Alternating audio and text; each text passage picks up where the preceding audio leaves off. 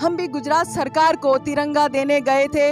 विश्व का सबसे बड़ा तिरंगा 125 फीट उसकी लंबाई थी और 83.5 पॉइंट उसकी चौड़ाई थी। बोला, लिख कर दिया, हमारे पास इस तिरंगे को रखने की जगह नहीं है, जब जगह हो जाएगी तब हम आपका तिरंगा ले लेंगे। तो सबसे बड़ा राष्ट्रद्रोह जो है वो उन्होंने किया है, तिरंगा का अस्वीकार। भारत के बड़ा प्रधान है, आपके हाथ में पूरी सत्ता है, आप सत्ता का उपयोग करके इस भारत देश को छुआछूत मुक्त बनाइए। 2000 बैठ जाए इनको प्रॉब्लम, हम मूछें रख ले इनको प्रॉब्लम, हम पगड़ी पहन ले इनको प्रॉब्लम, हमारी बहनें आगे बढ़कर शिक्षा ले ले इनको प्रॉब्लम। आप लगातार एक आवाज बुलंद कर रहे हैं कि हम लेके रहेंगे आजादी। क्या आज आप आजाद नहीं हैं? जी बिल्कुल हम आजाद नहीं है, क्योंकि जिस देश में मरने के बाद अगर श्मशान अलग है, खाने में, मिड डे मील में दलित बच्चों को अलग बिठाया जाता है, तो कौन सी आजादी।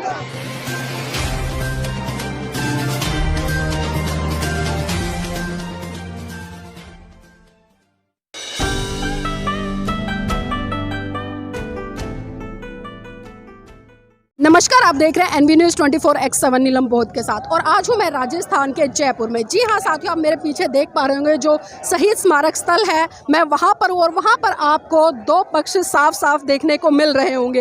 एक पक्ष वो है जो अपनी संस्कृति को बढ़ावा देने के लिए यहाँ पर आज आज़ादी का अमृत महोत्सव मना रहा है, खासकर उसमें महिलाओं की भागीदारी काफ़ी संख्या में। और दूसरी तरफ वो पक्ष है जो कि नीले कलर के गमछों में रंगा हुआ है, जो जय भीम के नारे लगा रहा है। एक तरफ जय श्री राम के नारे लग रहे हैं और दूसरी तरफ जय भीम के नारे लग रहे हैं। एक तरफ से नारे बंद होते तो दूसरी तरफ नारों की जो आवाज़ है पुरजोर आवाज़ में बुलंद होती नजर आती है। किस तरह का ये आज़ादी का महोत्सव है, ये भी बहुत बड़ा सवाल है, क्योंकि यहाँ पर हमने बहुत सारे लोगों से चर्चा की है।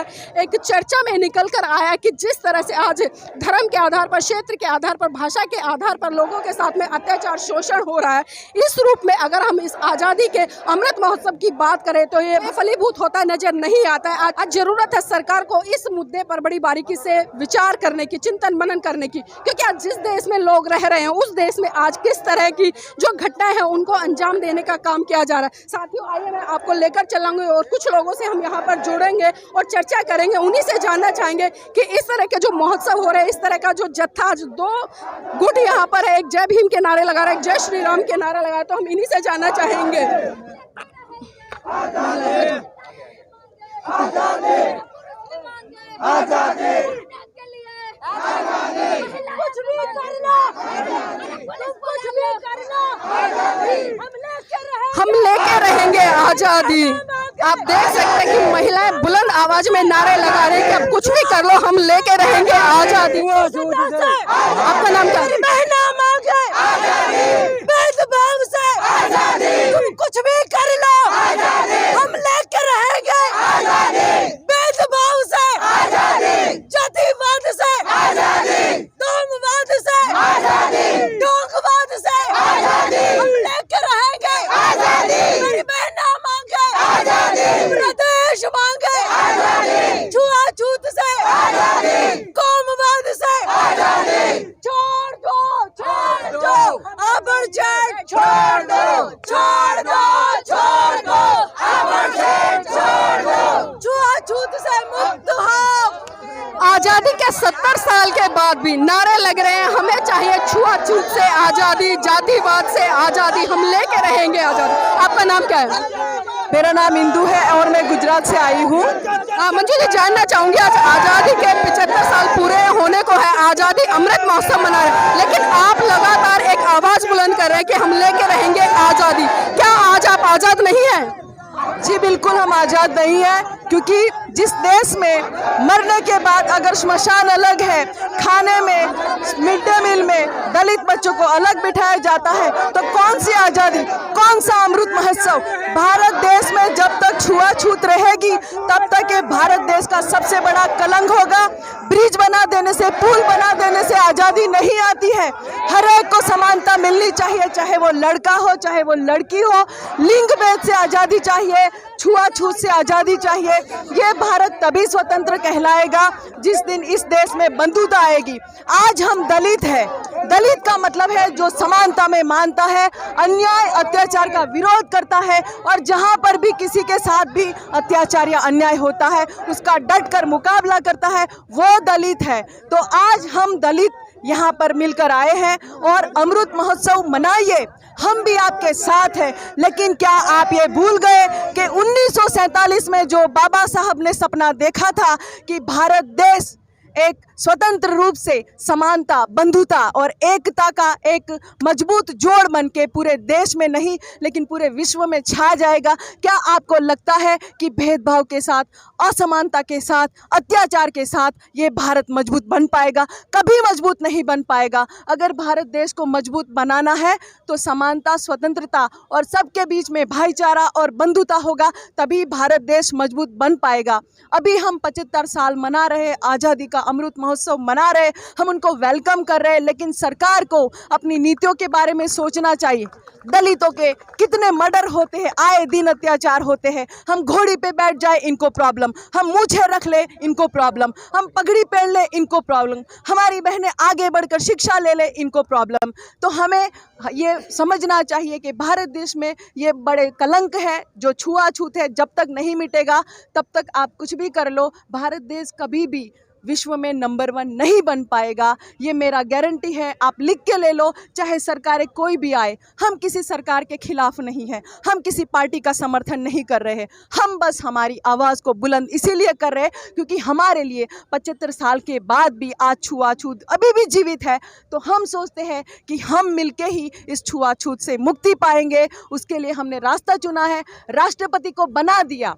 दलित वर्ग से है या एससी वर्ग से है या एसटी वर्ग से या ओबीसी वर्ग से, आप रामनाथ कोविंद को भी बिठा के अलविदा कर दिए। अभी द्रौपदी मुर्मू जी का हम वेलकम करते हैं कि भारत की महिला राष्ट्रपति, और उसको भी आप आदिवासी का एक लेबल लगा के बिठा दिए। लेकिन हम उन्हीं महिला को सम्मानित करते हैं और ये छुआछूत मुक्त होने का जो बाबा साहब का सपना है, तो हम द्रौपदी मुर्मू जी की बोलेंगे कि आप इस सिक्के को स्वीकार करें और जो नया संसद भवन बन रहा है उसमें इस सिक्कों को रखिए, ताकि जब भी संसद में लोग बैठे और नीतियां बनाए तो सबसे पहले उनको ये बात आए कि भाई जितनी भी पार्टियां बनी वो सारी विफल रही है।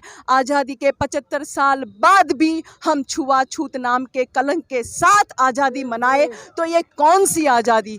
आप जहाँ से आए, गुजरात से, हमारे माननीय प्रधानमंत्री जी भी गुजरात से आते हैं और वो हमेशा एक बात कहते हैं कि सबका साथ सबका विकास। क्या आपको लगता है कि उनकी बात में सच्चाई नहीं है? बिल्कुल उनकी बात में सच्चाई नहीं है, क्योंकि वो जो बोलते हैं वो कभी उन्होंने किया नहीं है। और मैं आपको बताऊं कि हम किसी पार्टी के समर्थन में नहीं, किसी के खिलाफ नहीं है। वड़ा प्रधान है, हम उनकी रिस्पेक्ट करते हैं। गुजरात से है उसका मतलब ये नहीं कि वो कुछ भी गलत करे और हम उसका समर्थन करें। हम बस हमारी बात रख रहे हैं कि अगर आप सबका साथ, सबका विकास चाहते हैं तो फिर हम आपको हाथ जोड़कर नहीं, हम अधिकार से कह रहे हैं कि आप इस छुआछूत को मिटाइए। हम आपको चैलेंज कर रहे हैं, आप भारत के वड़ा प्रधान हैं, आपके हाथ में पूरी सत्ता है, आप सत्ता का उपयोग करके इस भारत देश को छुआछूत मुक्त बनाइए। 2047 तक आपके पास टाइम है, हमारे पास तो टाइम है। और आज अगर आप सिक्का नहीं लेंगे कोई बात नहीं, हम हर साल सिक्का लेकर आएंगे और दुगनी लोकशाही के साथ आएंगे, क्योंकि ये लोकशाही वाला देश है। We the people of India, हमारा राइट्स है, हमारा अधिकार है। डॉक्टर भीमराव अंबेडकर ने महिलाओं को और सभी भारत के जो 18 साल के ऊपर के होते वो सभी को वोट का अधिकार दिया है। हम उस वोट की जो आप राजनीति खेलकर हमको 15-15 लाख देने का जो सबको दिया था, पर्चा बांटा था, वो उसमें भी आप नाकाम गए। बहुत सारी नीतियों में आप नाकाम गए हैं बराबर, लेकिन हम आपकी नाकामियों को साइड में करके बस आपको एक चैलेंज करते हैं कि मोदी जी प्लीज़ कम से कम भारत देश को छुआछूत मुक्त बनाइए, फिर विश्व गुरु बनाने की बात करिए। यहाँ पर मैं अपनी बात को रखती हूँ। आपको और कोई सवाल है तो आप मैं एक सवाल और लेना चाहूँगी। जिस तरह से हम देख रहे हैं कि हमारे माननीय प्रधानमंत्री जी या जिस तरह से भारतीय जनता पार्टी और उनका एक संगठन है RSS, वो बड़े दावा कर रहा है कि इस बार हर घर पे तिरंगा लगना चाहिए। और दूसरी बात ये भी है कि जिस तरह से तिरंगे का कॉन्सेप्ट चला है और अमृत महोत्सव मनाया जा रहा है, तो ये जानना चाहूँगी कि आज़ादी के 75 साल हो गए हैं, लेकिन आज तक नागपुर में RSS के जो कार्यालय हिल है उस पर तिरंगा नहीं फहराया गया। तो ये लोग किस तरह से आज़ादी या देशभक्ति का ढोंग करते हैं, वो तो वही जाने, क्योंकि उनका जो विचारधारा है उनके माध्यम से वो चल रहे हैं। लेकिन मैं आपको ये बात बताऊं कि हर घर तिरंगा की बात को हम सैल्यूट करते हैं, लेकिन 2019 में हम भी गुजरात सरकार को तिरंगा देने गए थे। विश्व का सबसे बड़ा तिरंगा 125 फीट उसकी लंबाई थी और 83.5 पॉइंट उसकी चौड़ाई थी, और उसमें लिखा था छुआछूत मुक्त भारत वाला तिरंगा। और हमने बोला था कि आप इस तिरंगे को 15 अगस्त को फहराइए।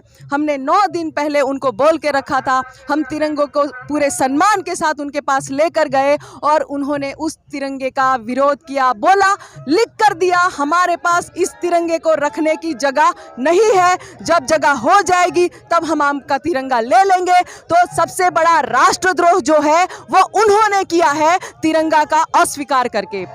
तो देखिए आप किस तरह की बातें यहाँ पर निकल कर आ रही हो, किस तरह की बातें जो चल रही है। बहुत महत्वपूर्ण बात यहाँ पर निकल कर आए कि जो लोग आज लोगों को देशभक्ति का एक सर्टिफिकेट बांट रहे हैं, जो लोग आज तिरंगे को हर घर पे फहराने की बात कर रहे हैं, वही लोग राष्ट्रीय ध्वज को लेने से इनकार कर सकते हैं। तो आप इन्हीं से समझ सकते हैं कि एक तरफ तो ये लोगों के लिए एक आदेश पारित करते हैं कि घर घर तिरंगा और हर छत पे तिरंगा, लेकिन वहीं दूसरी तरफ जो देश का राष्ट्रीय ध्वज है तिरंगा, उसको लेने से खुद मना करते हैं। तो इन्हीं चीज़ों से आप समझ सकते हैं कि आखिर देश में चल क्या रहा है, किस तरह की मानसिकता है, और आगे चलकर ये मानसिकता आखिर इस देश के विकास में कितनी बाधक होगी या सार्थक होगी, ये बहुत बड़ा सवाल। आप चिंतन मनन कीजिएगा, सवाल आप पर छोड़कर जा रहे हैं। और साथ ही एक अपील और करूंगी, अगर आपने अभी तक हमारे चैनल एनबी न्यूज़ को सब्सक्राइब नहीं किया है तो उसको सब्सक्राइब कीजिए, हमारी वीडियो को लाइक कीजिए और कमेंट करना बिल्कुल भी ना भूलिए। धन्यवाद।